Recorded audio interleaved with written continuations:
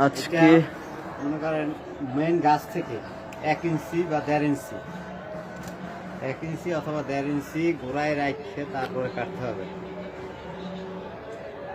এরপরে মাঝখান দিয়ে অথবা সাইড দিয়ে মোটাই হইলে সাইড দিয়ে সিধে আপনার গ্রাফটিনের যে ডালটা নেবেন, ডালটা এই যে এইভাবে কেটে নেবেন। 3 থেকে 4টা কর্ড রাখতে হবে আর তিনটে চারটে সাইড রাখতে হবে। তারপরে এভাবে বসাই দেবেন।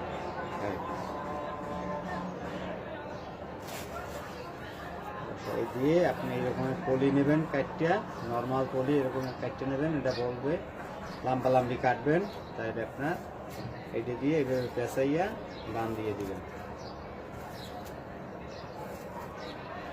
এভাবে, এবং প্রত্যেকটা চোখ খালি রাখবেন। প্রতিটা চোখ খালি রাখতে হবে যাতে আর কি কুশি বের হতে পারে, কুশিতে বের হতে পারে। এরপরে আপনার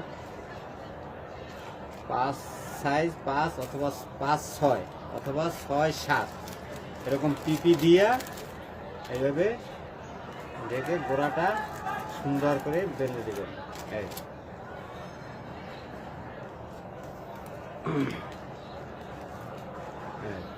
এই যে হয়ে গেল গ্রাফটিং। এখন কাকা এটা কিভাবে রাখতে হবে? গ্রাফটিং এর পর কোথায় রাখতে হবে? গ্রাফটিং এর পরে অতিরিক্ত রৌদ্র হইলে একটু 2-1 দিন ছায়ার ভিতরে রাখতে হবে। এরপরে হালকা রৌদ্র যেখানে 1 থেকে 1.5 ঘন্টার রোদ পরে এরকম জায়গায় রাখা যাবে, রাখতে হবে আর রাখতে হবে।